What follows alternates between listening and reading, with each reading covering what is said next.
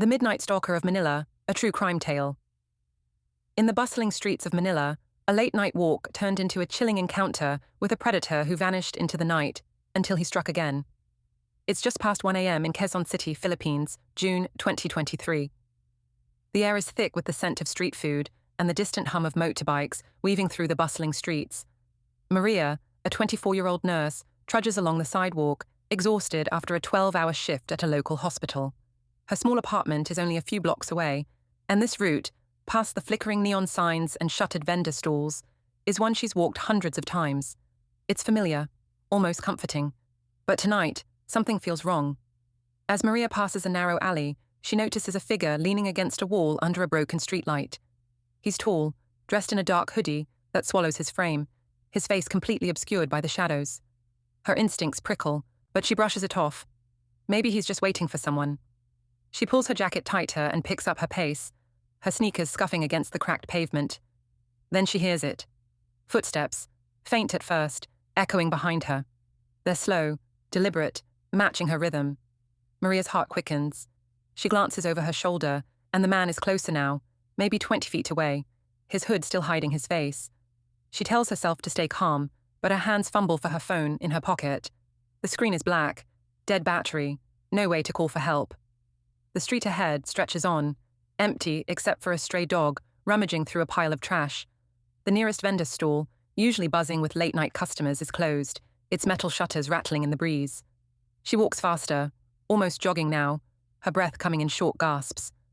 The footsteps behind her speed up, keeping pace. She risks another look back. He's gaining, his long strides eating up the distance.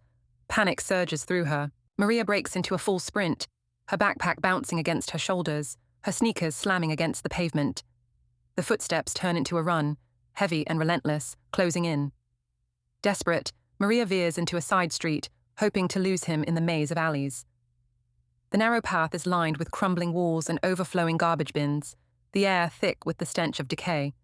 She runs harder, her lungs burning, but the street ends abruptly in a concrete wall, a dead end.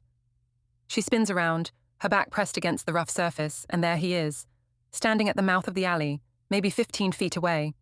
He's motionless, just staring, his head slightly tilted. One hand slips into his pocket, and Maria's mind races with the worst possibilities. A knife, a gun, something worse. Her legs tremble, her voice caught in her throat. She wants to scream, but the silence is suffocating.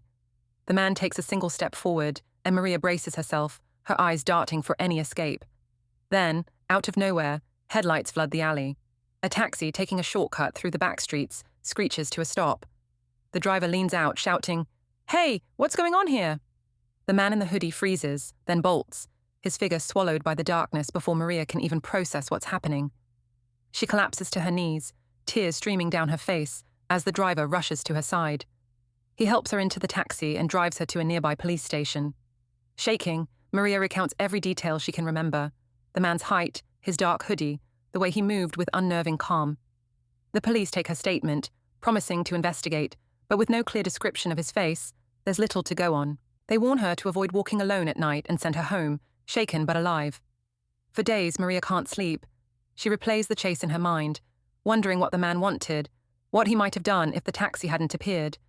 She starts taking different routes home, always with a coworker or friend, her keys clutched like a weapon.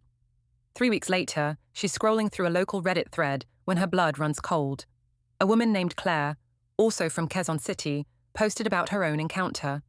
She was walking home around midnight in the same neighborhood when a tall man in a dark hoodie followed her.